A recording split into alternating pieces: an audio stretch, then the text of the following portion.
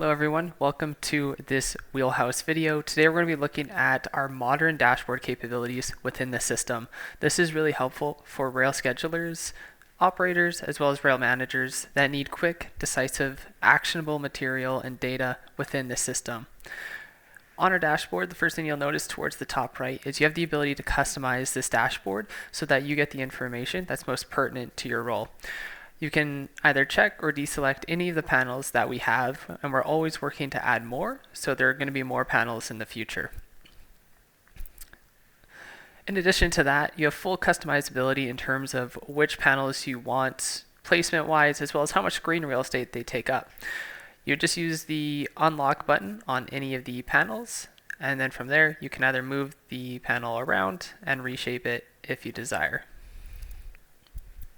In terms of some of the panels I have on my screen, I have the ability to dive into my contract performance, look into dwell time metrics, also have trip time metrics, which look at different trip times between origin and destinations. I could also change this to filter between 30, 60, and 90 days.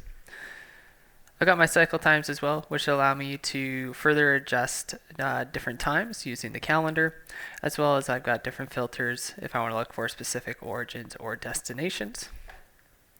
And then down below we have access to our shipment tracking map, just giving me a high level visual in terms of where my rail cars are and whether or not they're moving versus stalled. If I want some information, I can highlight over any of the icons on the map and it'll give me a brief breakdown on the car, its origin, its destination, as well as any notes that have been associated with this car. Again, just to recap, this is really handy for the rail schedulers, operators, and managers that need access to quick information to help them make decisions and understand where they lie in terms of things like their cycle times, dwell metrics, and trip metrics that we went over. I want to thank you for watching. Bye-bye.